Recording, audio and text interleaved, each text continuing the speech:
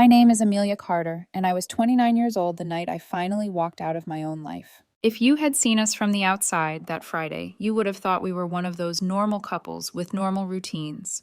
I was at the stove, like always, garlic and onions hissing in the pan, filling our little apartment with that warm, soft smell that usually meant comfort.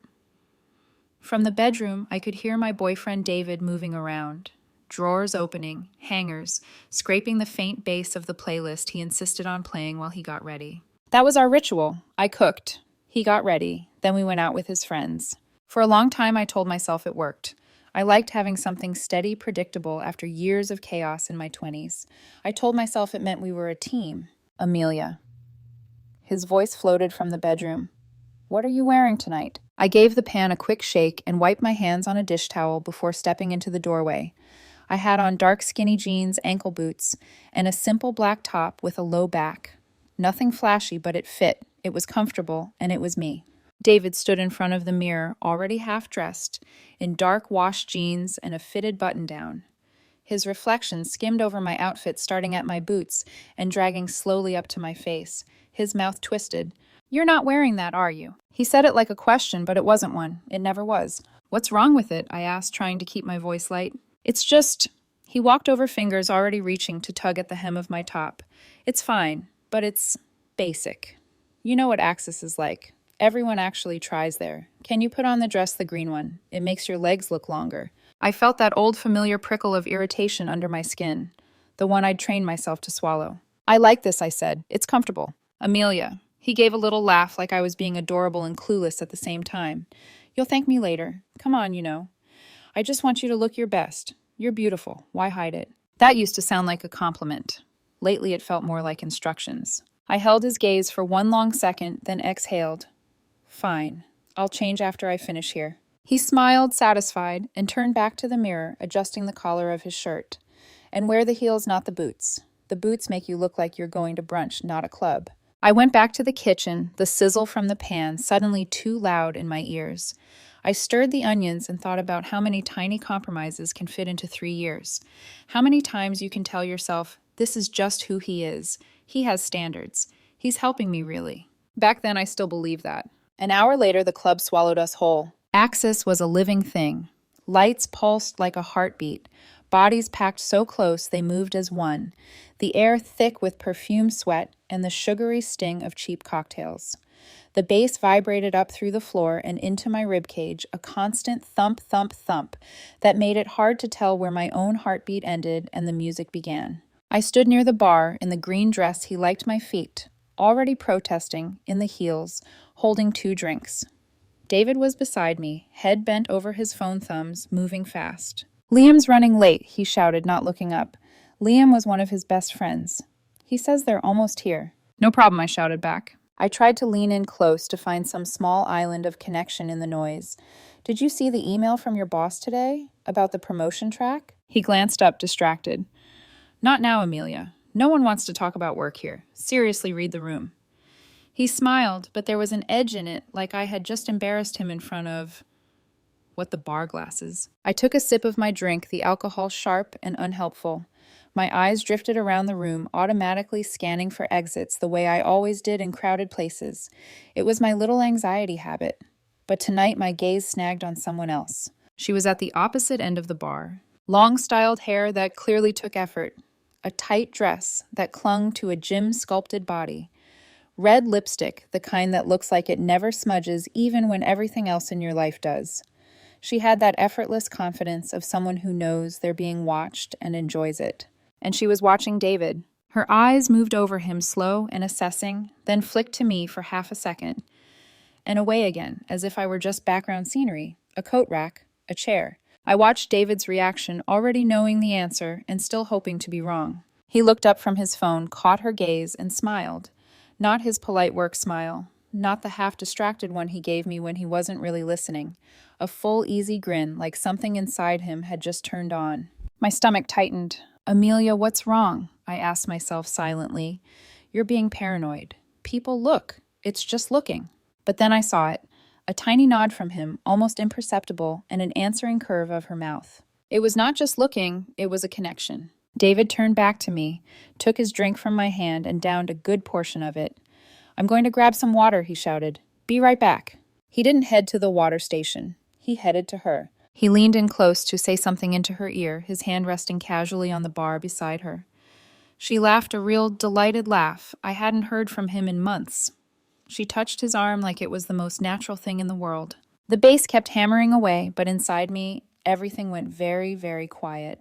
I watched the way she angled her body toward him, the way he leaned in, shoulder brushing hers, like they were already sharing a secret. I waited for him to look back at me, to wave me over to do something that acknowledged I existed in more than just an accessory capacity. He didn't. Instead, he walked back toward me, with her in tow, like he was bringing over a new drink for us to sample. "Amelia," he shouted when he reached me. "This is Jenna." "Hi." Her smile was polite, quick, already bored with me. "Nice dress." "Thanks," I said. My voice sounded like it belonged to someone else. David's hand was still around his glass. In his other hand, he held his leather jacket, the one he loved, the one he treated with more visible care than most of our conversations. Without warning, he thrust the jacket into my arms. "Here," he said, casual, like he was asking me to hold his phone for a second. "Hold this. I'm going to go dance with her." He jerked his chin toward Jenna. The world narrowed down to the weight of that jacket in my hands. The smooth leather under my fingers, the faint smell of cologne and cigarette smoke clinging to it. It wasn't just a jacket, it was a job description. I was the holder, the reliable, steady person who stayed put while he went off to chase whatever thrill caught his eye, fully expecting everything, including me, to be right where he left it when he came back. "David," I said slowly, my throat tight, "you came here with me." He rolled his eyes, that smug, dismissive smile settling over his face like a mask. I suddenly realized I had seen way too often. "Amelia, relax. It's just a dance. You're not one of those clingy girls, right? You always say you're chill." Jenna smirked, already half-turned toward the dance floor. The light skimmed over her hair, making her look like she belonged there in that spinning, pulsing universe of noise. I stood there in my green dress, holding his jacket like an unpaid coat check. The humiliation burned hot for one sharp second, and then something else slid into place. Not anger, not yet. Clarity. He wasn't confused. He wasn't making a mistake. He was telling me exactly who he was. I just finally believed him. "Yeah," I said quietly. "You're right. I am chill." He didn't even hear me. He had already turned away, offering his hand to Jenna as the song shifted into something even louder. She took it. He pulled her into the crowd, his hands settling low on her hips like they had never been on mine in public. I watched them for one long, slow heartbeat. Then I looked down at the jacket. I could have stood there all night clutching that thing, waiting to see if he came back. I could have cried in the bathroom, caused a scene, begged him to come to his senses. For 3 years, that's who I had been, the one who tried to fix everything. I was done. The noise of the club faded into a dull, distant roar as I walked toward the hulking shape of a security guard near the entrance. The leather felt lighter with each step. "Excuse me," I said, my voice surprisingly steady. The guard looked down at me, eyes tired but kind. "Yeah." I held out the jacket. "My boyfriend asked me to hold this while he dances with another woman. He's over there somewhere." I gestured vaguely toward the swarm of bodies and strobe lights. "Could you make sure he gets it back when he comes looking?" The guard studied my face for a moment. I could see the instant he understood. His expression softened almost imperceptibly. "Yeah," he said, "I got it." I let the jacket go. The doors of Axis swung open in front of me, and the sound of the bass cut off in one brutal slice as they closed behind me. Suddenly, I was standing on the sidewalk in the cool night air, the city lights blurring into soft streaks of color around me. I took a breath. I expected it to hurt, to burn in my lungs the way it always did when I cried too hard, but it didn't. It felt clean. I did not run. I walked. Each step away from that club was deliberate, heavy, and light at the same time. My phone buzzed once in my purse, then again, but I didn't look. I knew it was him. I knew exactly what the messages would say. "Where are you? Are you seriously leaving?" Stop being dramatic. For the first time in 3 years, I realized I did not have to answer. The cab ride home was quiet. I gave the driver our address out of habit, but as the building came into view, it hit me. It wasn't really ours. It had always been his, and I had just been renting space inside his life. That was about to change. The key turned in the lock with a soft, definitive click. The apartment greeted me with the ghost of garlic and onions still hanging in the air. The pan was in the sink. The under-cabinet light glowed softly over the stove, the one I'd left on when we rushed out to make sure we were not late for his friends. I didn't turn on the overhead lights. I didn't sit down. I went straight to the closet and pulled out my suitcase. This wasn't rage. There was no screaming, no dramatic music, no tears dripping onto my folded clothes. It was something calmer, colder. A surgical extraction of myself from a place I no longer belonged. I packed my things, my clothes, my books, my laptop, my charger. I took my toiletries from the bathroom, my single favorite mug from the kitchen. I left his stuff exactly where it was, his collectible whiskey glasses, his framed soccer jerseys, the expensive coffee machine he never let me touch because I always messed up the settings. On the bookshelf, there was a photo of us from a hiking trip. He looked annoyed at the sun in his eyes. I looked like I was trying too hard to seem happy. I slid the photo out of the frame, tore it neatly down the middle. I put his half face down on the shelf. My half went into the trash. When everything I owned was packed into a suitcase, a duffel, and one cardboard box, I stood in the dim kitchen, staring at the notepad on the counter. There were 100 things I could have written, paragraphs of explanations, pages of hurt. He didn't deserve any of that. I picked up the pen and wrote one line. "You can dance with whoever you want now. Don't call me." I propped the note against the lamp on my nightstand next to the empty space where my phone usually charged. Then I picked up my bags, turned off the under-cabinet light, and walked out of the apartment for the last time. The door closed behind me with a soft click that sounded to me like the end of a very long, very bad movie. I did not look back. The motel room I checked into that night was the color of defeat. Beige walls, beige curtains, beige bedspread that smelled faintly of bleach and old air conditioning units. It was the kind of place people used when something in their life had gone wrong catastrophically, or quietly, it didn't matter. It was a holding space between before and after. And somehow it felt perfect. I set my suitcase against the wall and let my duffel bag drop to the floor. The hollow thump echoed through the room like a punctuation mark. The period at the end of a sentence I should have written years earlier. I didn't cry. I didn't collapse. I didn't question myself. I simply plugged in my phone at the nightstand, sat on the corner of the bed, and stared at the digital clock as it flicked from 1:17 a.m. to 1:18 a.m. Notifications flooded the screen almost instantly. Dozens of them, all from David. I didn't open a single one. For the first time in a long time, I let silence speak for me. Then the phone vibrated again, longer this time, loud enough to cut through the motel hum of an overworked AC unit. "Incoming call, David." The screen lit up with a photo of the two of us from a happier year, his arm around me, both of us laughing. Funny how photographs can lie so easily. I let it ring until it stopped. A moment later, a voicemail notification appeared. My hand hovered over the screen. Curiosity pried its way in, not the hopeful kind, but the kind that wants confirmation. Closure. I tapped play. Beep! Amelia, what the hell? All your stuff is gone. This isn't funny. Are you seriously this pathetic that you'd just walk out over nothing? Pick up. Amelia, pick up right now. His voice wasn't hurt, it wasn't confused, it was offended. I deleted the voicemail without hesitation. A second voicemail arrived 15 minutes later. This one sounded different. Beep! Okay, fine. You're mad. I get it. I said I'd dance with someone, so what? It was just a dance. You're blowing this out of proportion. We live together. You don't just throw everything away because you're insecure. Come home so we can talk like adults. Not an apology, just condemnation wrapped in fake reasonableness. Delete. The third voicemail came at 3:45 a.m. The club would have been closed by then. His voice was shaking. Beep. Amelia. Please. Look, the girl Jenna. She left with someone else like an hour after you did. I'm home, and I don't know where you are. I hate being here alone. I'm sorry. Okay. Just come home. Please. You know you're my person. Please don't do this. You know I need you. There it was. Not remorse. Not understanding. Just fear. Fear of the silence I had left behind.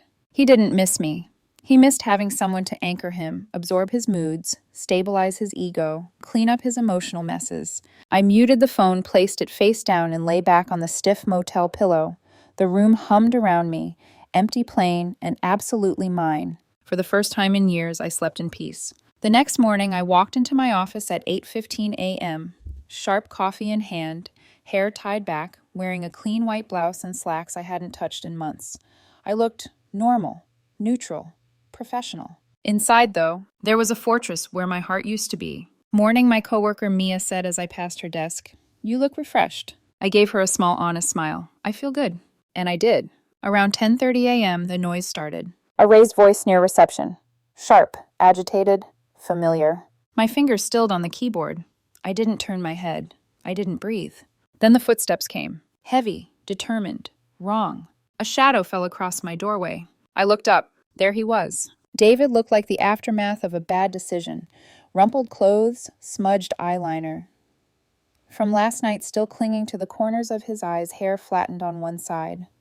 He was still wearing the same shirt he'd worn to the club, except now it was wrinkled and stained.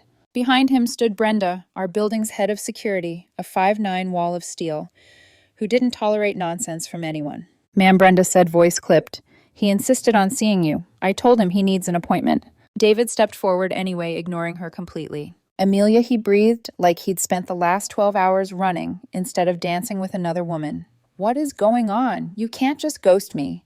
I leaned back in my chair, fingers steepled my expression calm. I didn't ghost you, I said. I left you. He blinked. Twice. Like the words didn't compute. You left me over a dance.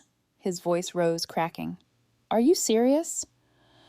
3 years, Amelia. You're really throwing it away because you couldn't handle one harmless dance. I didn't raise my voice. I didn't move. I didn't leave you over a dance, I said. I left because you made it perfectly clear who you are, and I finally believed you. He stared at me as if I'd slapped him. Then the anger hit. Wow, he hissed. So that's it. You're just running away. You didn't even stand up for me last night. You didn't tell that girl to back off. You didn't fight for us. You're the coward here. I met his eyes without flinching. There was nothing worth fighting for. That broke something in him. He lunged a half step forward, but Brenda's hand clamped on his arm, instantly firm, professional, immovable. Sir, she said coolly, time to go. No, his voice cracked. Amelia, please. Please just talk to me. You can't do this. You can't. Brenda, I said quietly. That was all. Brenda nodded once, and within seconds he was out of my office and halfway down the hall, dragged by authority rather than force. His protests a messy cocktail of pleading, shouting, and self-pity echoed against the corridor walls. You'll regret this. You'll never find someone like me. You need me, Amelia.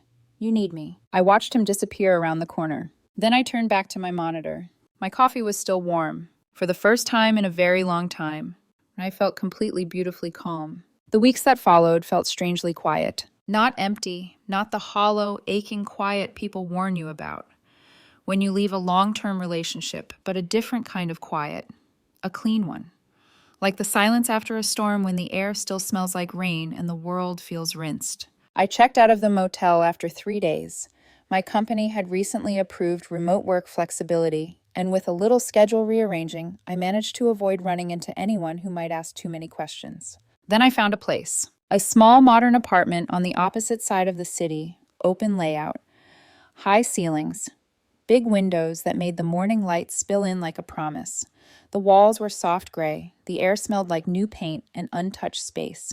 There were no framed photos of a relationship slowly rotting beneath the surface, no reminders of conversations I should have had, no corners containing ghost versions of myself. Just space, breathable, quiet, uncomplicated space. I moved in with 3 boxes, 1 suitcase, and my laptop bag. It was the lightest I'd ever felt. That first night, I brewed coffee in the cheap machine I'd picked up from a thrift store. It tasted terrible, burnt, and watery, but it still felt like freedom because I had chosen it. That same night, my phone buzzed on the counter. A text from David. David, I can't believe you moved out. Can we talk? I didn't answer. The message stayed unread, a digital mosquito buzzing at the edge of my consciousness. Annoying, but not dangerous. I set the phone face down and continued assembling my bookshelf. Not our bookshelf, mine. A few days later, I met up with my old friends, the ones David had subtly edged out of my life over the years. There was Lily, who used to drag me to late-night karaoke and knew every Taylor Swift lyric ever written, and Jonah, who never once judged my messy breakups or my impulse decisions, and Maya, who sent memes instead of emotional pep talks because she knew humor patched my heart better than pity. We met at a pub, the kind with string lights draped overhead and music loud enough to cover awkward pauses, but soft enough to hear each other laugh. When I arrived, Lily hugged me so hard it forced the air from my lungs. Where the hell have you been? She demanded, half teasing, half scolding. We thought your boyfriend locked you in a basement. Not far off, Jonah said into his drink. I laughed. And it wasn't the polite, careful laugh I'd perfected during the last year with David.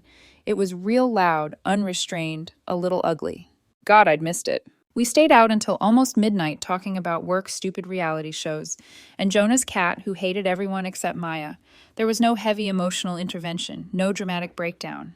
Just warmth, presence, connection. Walking home later with cool air brushing against my bare arms, I felt something I hadn't felt in months. Myself. The version of me David had chipped away at, the one who used to sing along to bad karaoke and stay up late playing card games on floors of apartments that smelled like pizza and spilled drinks. She was still there. Just buried, just waiting.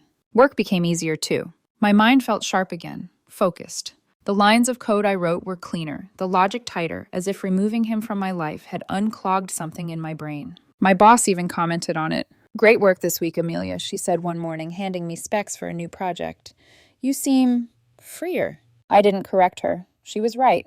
During lunch breaks, instead of scrolling aimlessly through social media, waiting for David to text me instructions for the evening, I walked around the block, grabbed iced coffee, listened to podcasts, or simply sat outside and felt the sun on my face. It was shocking how much time I suddenly had when I wasn't managing someone else's moods. The texts from David kept coming, though. Dozens, then hundreds. They came in waves like a predictable weather system that always followed the same cycles. One pleading, "Amelia, please.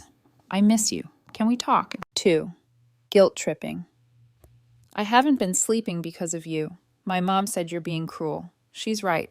Three, anger. "You're seriously this heartless.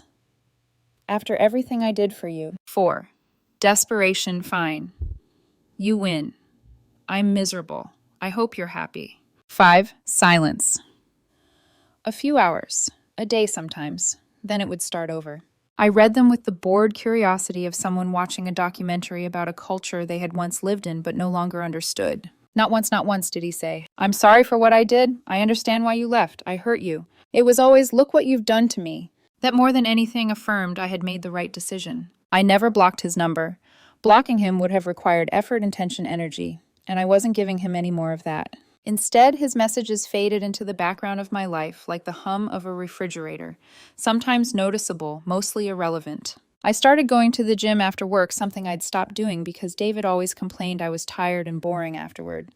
I wasn't training for aesthetics or trying to match some unrealistic fitness aesthetic like the women he followed on Instagram.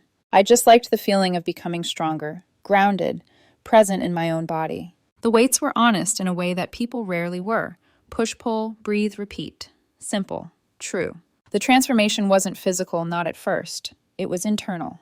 Each rep, each step on the treadmill, each quiet evening in my sunlit apartment chipped away at the version of myself that had lived for someone else's approval. I finally liked the woman who stared back at me in the mirror. Not because she was perfect, but because she belonged to herself. One night, while unpacking the last moving box, the one full of miscellaneous kitchen items, my phone vibrated against the granite countertop. I wiped my hands on a towel and glanced at the screen. A number I didn't recognize, but the area code very familiar. I almost ignored it. Almost. Then curiosity nudged me. Just one glance. Just one. I opened the message. Unknown number.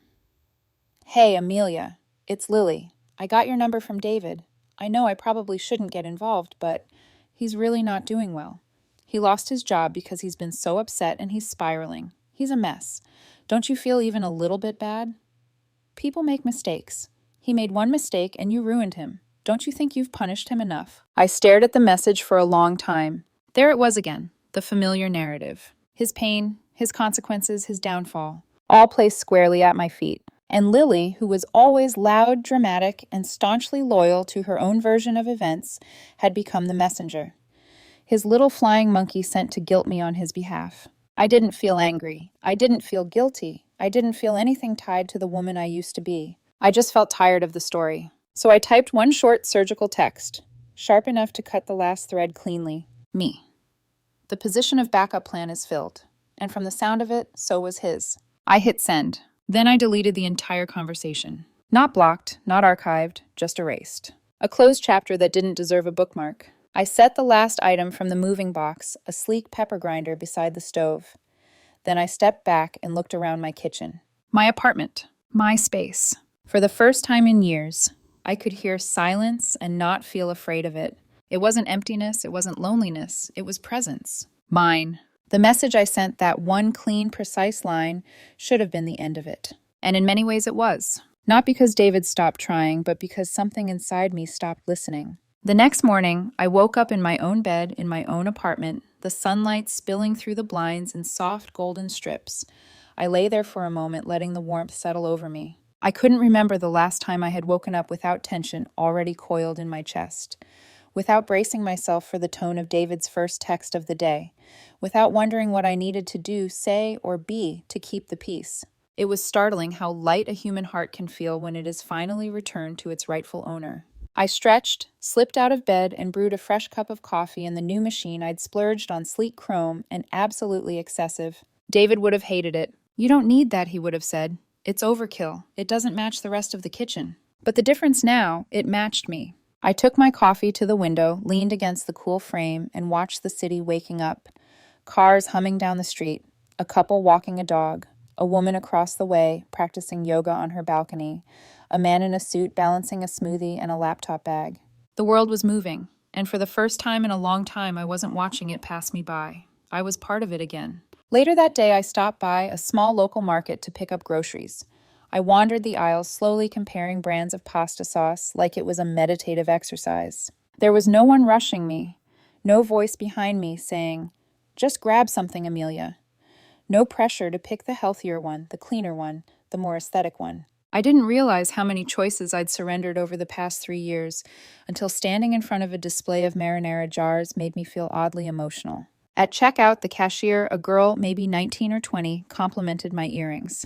"They're pretty," she said. "Thank you," I answered. "I haven't worn them in a while." "That's a shame," she said with a smile. "They suit you." I walked home feeling strangely buoyant, an affirmation from a stranger, carrying more weight than compliments from David ever had because it came without condition. That night, as I sat at my kitchen counter eating a simple dinner I'd thrown together, my phone buzzed again. A long text from David. Not angry, not pleading. Exhausted. "David, I'm sorry for everything. I know I messed up. I know you don't owe me anything. I miss you. I miss us. Can we please talk? Just once, please." I stared at the message for a long, quiet moment. The words were what I had once begged for, longed for, proof he understood, proof he cared, proof he saw the damage he caused. But now, it felt too late for apologies, not out of bitterness, but because the woman who had once needed them no longer existed. I didn't respond. I didn't have anything left to say. Over the next week, his messages continued, each one softer than the last, like a flame slowly losing oxygen. "David, I don't recognize myself without you." "David, I'm trying to get help. I don't know why I did what I did." "David, you were the best thing in my life." "David, I wish I realized sooner." "David, I hope you're okay." There were no more accusations, no more manipulation, just quiet attempts at connection from a man who had finally understood the cost of his actions. But healing requires more than regret. It requires change. And I wasn't responsible for guiding him through that. I let the messages exist, but I didn't respond. Not out of cruelty, out of closure. 2 weeks later, I received my final message from him. It wasn't dramatic, it wasn't emotional. It was dignified in a way I never expected from him. "David, I understand now why you left. I'm sorry for the ways I made you feel small. I won't reach out again. I hope you find someone who sees you the way you deserve to be seen." I read it twice. Then I powered off my phone and set it aside, feeling a quiet, honest ache, not for him, but for the version of myself who had once needed this apology to breathe. I whispered to the empty room. I deserved better a long time ago. And for the first time, saying those words felt like an act of gratitude, not grief. The next morning, I opened every window in my apartment. Light flooded in. The curtains swayed. The fresh air carried the scent of something new, a season I had never stepped into before. I rearranged my bookshelf, alphabetizing the novels I loved. I placed a small plant near the kitchen window, its leaves bright and eager. I brewed my favorite coffee without worrying if it was too strong. I put on my music, and let it echo through the apartment. And then I danced. Barefoot, messy, offbeat, unself-conscious. Not for anyone, not to impress, not to prove I was fun enough. Just because it felt good. My life didn't need a defining moment of victory. It didn't need a dramatic twist. It didn't need revenge. It needed peace. And that's exactly what I'd found. A quiet, steady beginning, not an ending. Because sometimes the most shocking twist of all is finally choosing yourself.